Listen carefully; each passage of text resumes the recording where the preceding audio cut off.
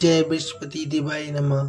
भक्तजनों, आज हम आपको इस वीडियो में सुनाने वाले हैं बृहस्पति देव की अनुपम कथा, जिसके स्मरण मात्र से समस्त पापों का नाश होता है और घर में सुख शांति का आगमन होता है।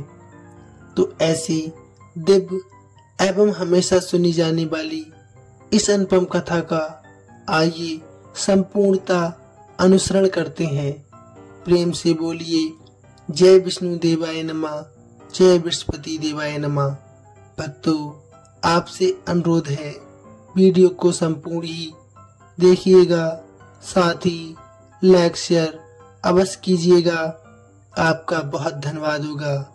आइए भक्तों, शुरू करते हैं बृहस्पति देव महाराज की आज की अनुपम कथा। भारतवर्ष में एक प्रतापी और दानी राजा राज्य करता था। वह नित्य गरीबों और ब्राह्मणों की सहायता करता था। ये बात उसकी रानी को अच्छी नहीं लगती थी।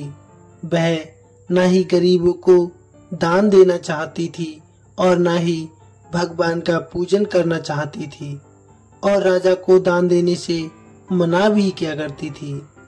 एक दिन राजा शिकार खेलने वन को चले गए तो रानी महल में अकेली रह गई। उसी समय बृहस्पति देव महाराज साधु वेश में राजा के महल में भिक्षा के लिए आए और भिक्षा मांगने लगे। रानी ने भिक्षा देने से इनकार कर दिया और कहा, हे साधु महाराज, मैं इस दान पुण्य से बहुत तंग आ गई हूँ। मेरा पति सारा धन यूं ही लुटाते फिरता है। मेरी इच्छा है कि हमारा धन नष्ट हो जाए, फिर ना रहेगा बांस और ना बजेगी बांसुरी। साधु ने कहा, देवी, तुम तो बहुत बड़ी विचित्र हो। धन संतान की कामना कौन नहीं चाहता। पुत्र और लक्ष्मी तो पापी के घर भी होने चाहिए। यदि तुम्हारे पास अधिक धन है तो भूखों को भोजन दो, प्यासों के लिए प्याऊ लगवाओ, मुसाफिरों के लिए धर्मशालाएं खुलवाओ। जो निर्धन अपनी कन्या का विवाह नहीं कर सकता, उनका विवाह करवाओ। ऐसे अनेक काम हैं जिनके करने से तुम्हारा यश लोक परलोक में फैल जाएगा। परंतु रानी पर इस उपदेश का कोई प्रभाव नहीं पड़ा। वह बोली, महाराज, आप मुझे कुछ न समझाएं। मैं ऐसा धन नहीं चाहती जो हर जगह बांटती फिरूं। साधु ने उत्तर दिया, यदि तुम्हारी ऐसी इच्छा है तो तुम्हारे साथ ऐसा ही होगा। तुम ऐसा करना कि बृहस्पतिवार को घर लीपकर पीली मिट्टी से अपना सिर धोकर स्नान करना, भट्टी चढ़ाकर कपड़े धोना। ऐसा करने से आपका सारा धन नष्ट हो जाएगा। इतना कहकर साधु महाराज वहां से आरोप हो गए। साधु के अनुसार कही बातों को पूरा करते हुए रानी को केवल 3 ही बृहस्पतिवार बीते थे कि उसका समस्त धन नष्ट होने लगा। भोजन के लिए राजा का परिवार तरसने लगा। तब एक दिन राजा ने रानी से बोला कि हे रानी, तुम यहीं रहो, मैं दूसरे देश को जाता हूँ, क्योंकि यहाँ पर सभी लोग मुझे जानते हैं, इसलिए मैं कोई छोटा कार्य नहीं कर सकता हूँ। ऐसा कहकर राजा परदेश चला गया। वहाँ जंगल से लकड़ी काट कर लाता और शहर में बेच देता था। इस तरह वह अपना जीवन व्यतीत करने लगा। इधर राजा के परदेश जाते ही रानी और दासी बहुत दुखी रहने लगी। एक बार जब रानी और दासी को 7 दिन तक बिना भोजन के रहना पड़ा तो रानी ने अपनी दासी से कहा, हे दासी, आप पास ही के नगर में मेरी बहन के पास चली जाओ। वह बहुत बड़ी धनवान है। तू उसके पास जाकर कुछ ले आ, ताकि थोड़ी बहुत गुजर बसर हो सके।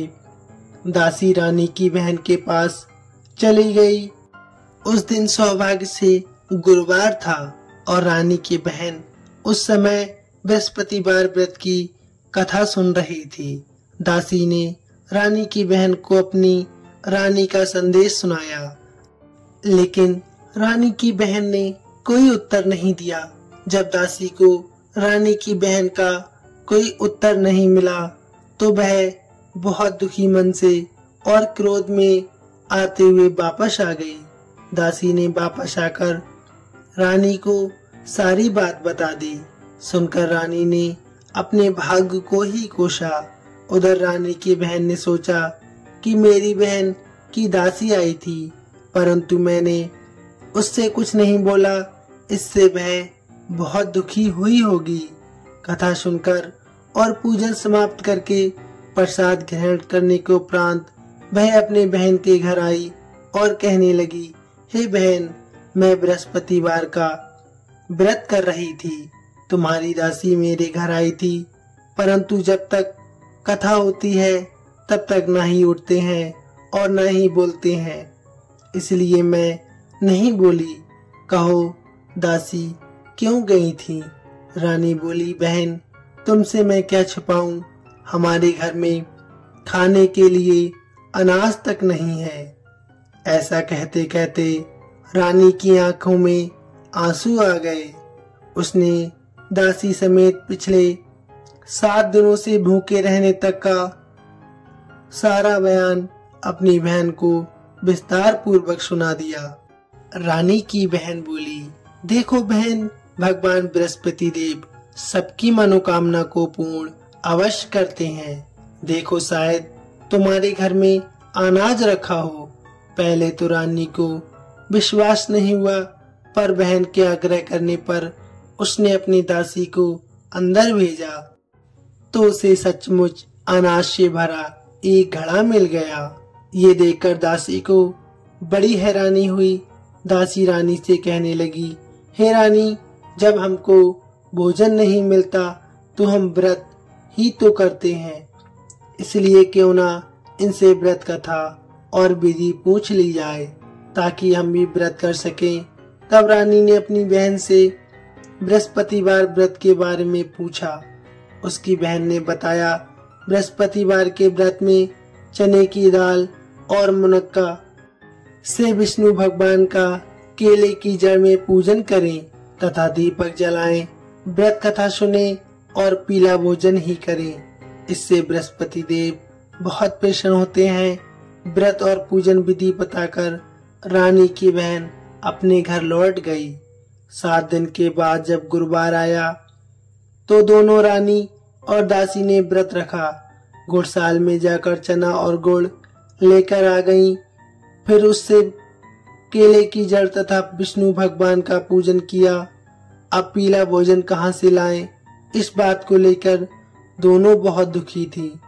चूंकि उन्होंने व्रत रखा था इसलिए बृहस्पति देव उनसे प्रसन्न थे, इसलिए वे एक साधारण व्यक्ति का रूप धारण करके थालों में सुंदर पीला भोजन सजाकर दासी को दे गए। भोजन पाकर दासी बहुत प्रसन्न हुई और फिर रानी से कहने लगी, आइए भोजन ग्रहण करते हैं। उसके बाद वे सभी गुरुवार को व्रत और पूजन करने लगी। बृहस्पति भगवान की कृपा से उनके पास फिर से अपार धन संपत्ति आ गई, परंतु रानी फिर से पहले की तरह आलस करने लगी। तब दासी बोली, देखो रानी, तुम पहले भी इस प्रकार का आलस करती थी। तुम्हें धन रखने में कष्ट होता था, इस कारण सभी धन नष्ट हो गया, और जब अब भगवान बृहस्पति देव की कृपा से धन मिला है तो तुम्हें फिर से आलस होता है। रानी को समझाते हुए दासी कहती है कि बड़ी मुसीबतों के बाद हमने ये धन पाया है, इसलिए हमें दान पुण्य करना चाहिए, भूखे मनुष्यों को भोजन करवाना चाहिए और धन को शुभ कार्यों में खर्च करना चाहिए, जिससे तुम्हारे कुल का यश बढ़ेगा, स्वर्ग की प्राप्ति होगी और पितृ प्रसन्न होंगे। दासी की बात सुनकर रानी अपना धन शुभ कार्यों में खर्च करने लगी, जिससे पूरे नगर में उसका यश फैलने लगा। बृहस्पतिवार व्रत कथा के बाद श्रद्धा के साथ आरती की जानी चाहिए। इसके बाद प्रसाद बांटकर उसे ग्रहण करना चाहिए। इधर राजा एक दिन बहुत दुखी होकर जंगल में एक पेड़ के नीचे आसन जमा कर बैठ गया। वह अपनी दशा को याद करके बहुत व्याकुल होने लगा। बृहस्पतिवार का दिन था। एकाएक उसने देखा कि निर्जन वन में एक साधु प्रकट हुआ। वह साधु वेश में स्वयं बृहस्पति देव थे। लकड़हारे के सामने आकर बोले, हे लकड़हारे, इस सुनसान जंगल में तू चिंता मगन क्यों बैठा है? लकड़हारे ने दोनों हाथ जोड़कर प्रणाम किया और उत्तर दिया, महात्मा जी, आप सब कुछ जानते हैं, मैं क्या कहूँ। ये कहकर वह जोर जोर से रोने लगा और साधु महाराज को अपनी आत्मकथा सुनाने लगा। महात्मा जी ने कहा, तुम्हारी स्त्री ने बृहस्पति भगवान का अपमान किया था, जिसके कारण रुष्ट होकर उन्होंने तुम्हारी ये दशा कर दी थी। अब तुम चिंता मत करो, मेरे कहने पर चलो, मैं तुम्हारे सारे कष्ट दूर कर दूंगा और भगवान पहले से भी अधिक संपत्ति देंगे। तुम बृहस्पति के दिन कथा किया करो, 2 पैसे के चने मुनक्का लाकर उसका प्रसाद बनाया करो और शुद्ध जल से लोटे में शक्कर मिलाकर अमृत तैयार किया करो। कथा के पश्चात अपने सारे परिवार और सुनने वाले प्रेमियों में अमृत व प्रसाद बांटकर आप भी ग्रहण किया करो। ऐसा करने से भगवान तुम्हारी सब मनोकामनाएं अवश्य पूर्ण करेंगे। साधु के ऐसे वचन सुनकर लकड़हारा बोला, हे प्रभु, मुझे लकड़ी बेचकर इतना पैसा नहीं मिलता जिससे मैं भोजन के उपरांत कुछ बचा सकूं। मैंने रात्रि में अपनी स्त्री को व्याकुल देखा है। मेरे पास कुछ भी नहीं है जिससे मैं उसकी खबर मंगा सकूं। साधु ने कहा, हे लकड़हारे, तुम किसी बात की चिंता मत करो। बृहस्पति के दिन तुम रोजाना की तरह लकड़ियां लेकर शहर को जाना। तुमको रोज से दुगना धन प्राप्त होगा, जिससे तुम भली भांति भोजन कर लोगे तथा बृहस्पति देव की पूजा का सामान भी ले लोगे। इतना कहकर साधु अंतर ध्यान हो गए। धीरे धीरे समय व्यतीत होने पर फिर बृहस्पतिवार का दिन आया। लकड़हारा जंगल से लकड़ी काटकर किसी शहर में बेचने गया। उसे उस दिन और दिन से अधिक पैसा मिला। राजा ने चना गुड़ आदि लाकर गुरुवार का व्रत किया। उस दिन से उसके सभी क्लेश दूर होने लगे। परंतु जब दोबारा गुरुवार का दिन आया तो बृहस्पतिवार का व्रत करना वह भूल गया। इस कारण बृहस्पति देव नाराज हो गए। उस दिन उस नगर के राजा ने विशाल यज्ञ का आयोजन किया था तथा शहर में ये घोषणा करवा दी थी, कोई भी मनुष्य अपने घर में भोजन ना बनाए, ना आग जलाए। समस्त जनता मेरे यहाँ पर भोजन करने आए। इस आज्ञा को जो न मानेगा उसे फांसी की सजा दी जाएगी। इस तरह घोषणा संपूर्ण नगर में करवा दी गई। राजा की आज्ञा अनुसार शहर के सभी लोग भोजन करने गए, लेकिन लकड़हारा कुछ देर से पहुंचा। इसलिए राजा उसको अपने साथ अपने घर ले गए और ले जाकर भोजन करा रहे थे तो रानी की दृष्टि उस खूंटी पर पड़ती है जिस पर उसका हार लटका हुआ था।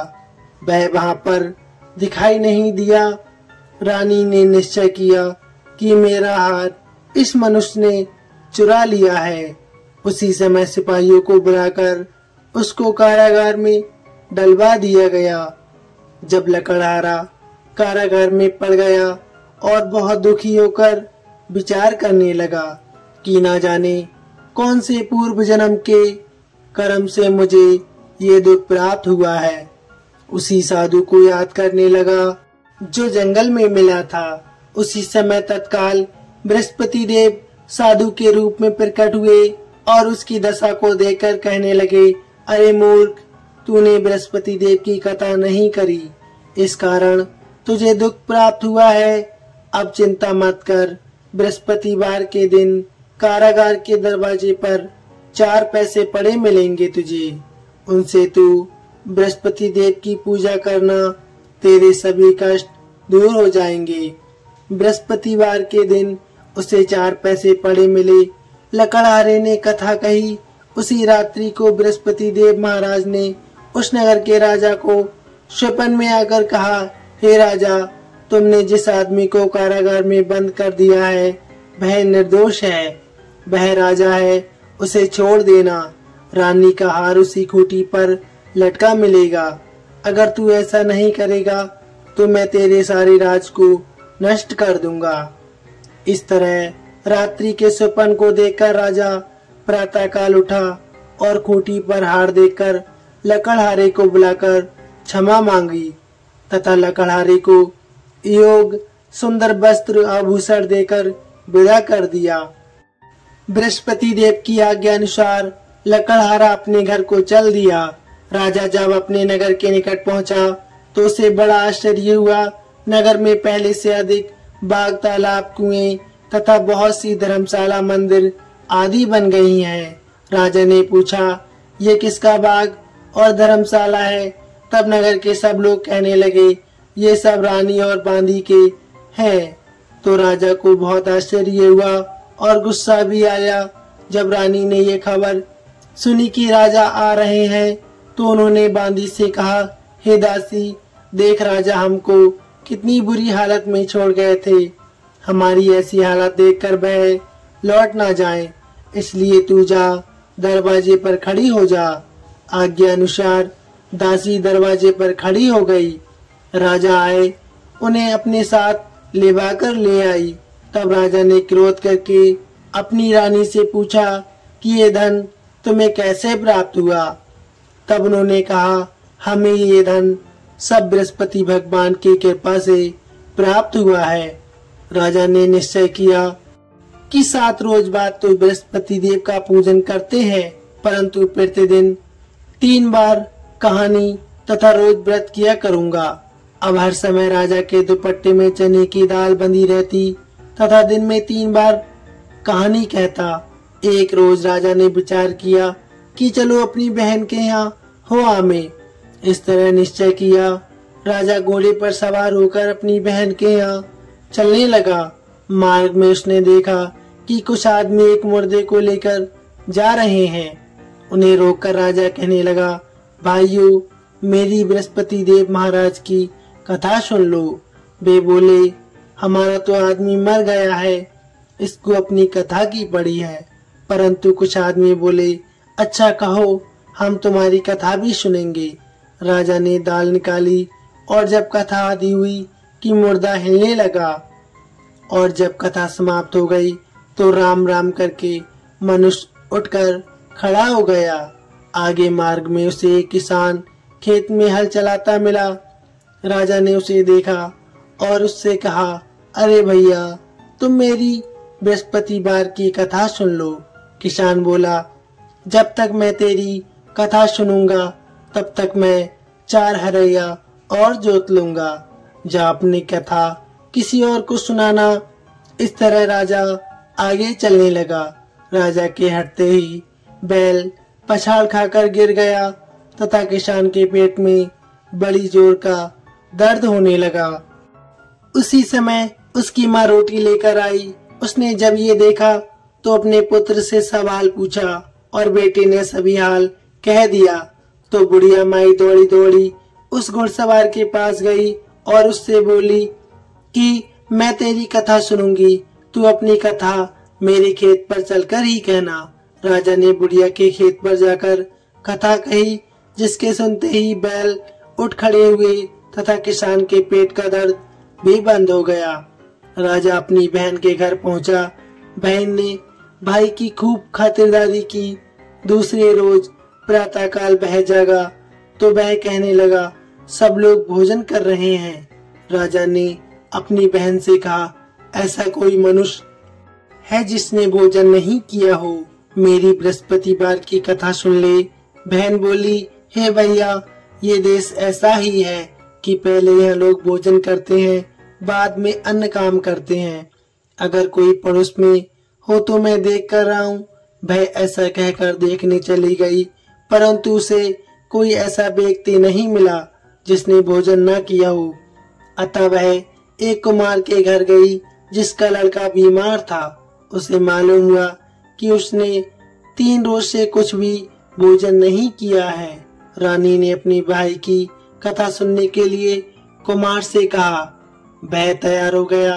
राजा ने जाकर बृहस्पतिवार की कथा कही, जिसके सुनकर उसका लड़का बिल्कुल ठीक हो गया।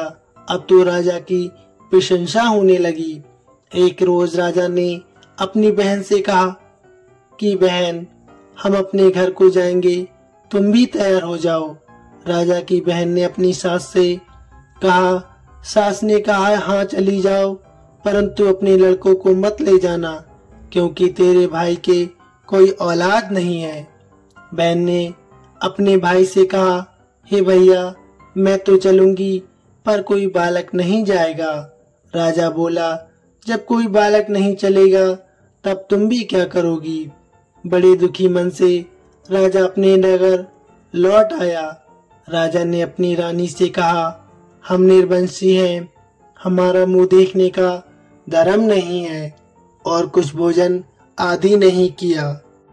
रानी बोली, हे प्रभु, बृहस्पति देव महाराज ने हमें सब कुछ दिया है, वह हमें औलाद अवश्य देंगे।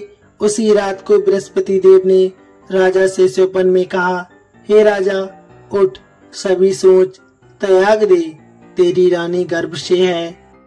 ये बात सुनकर राजा को बहुत खुशी हुई। 9वें महीने में उसको गर्भ से एक सुंदर पुत्र पैदा हुआ। तब राजा बोला, हे रानी, स्त्री बिना भोजन के रह सकती है, परंतु बिना कहे नहीं रह सकती। जब मेरी बहन आए तो मुझसे कुछ मत कहना। रानी ने सुनकर हाँ कर दिया। जब राजा की बहन ने यह शुभ समाचार सुना तो वह बहुत खुशी हुई और बधाई देने चली आई। भाई के यहाँ आई, तभी रानी ने कहा, घोड़ा चढ़कर नहीं आई, गधा चढ़ी आई।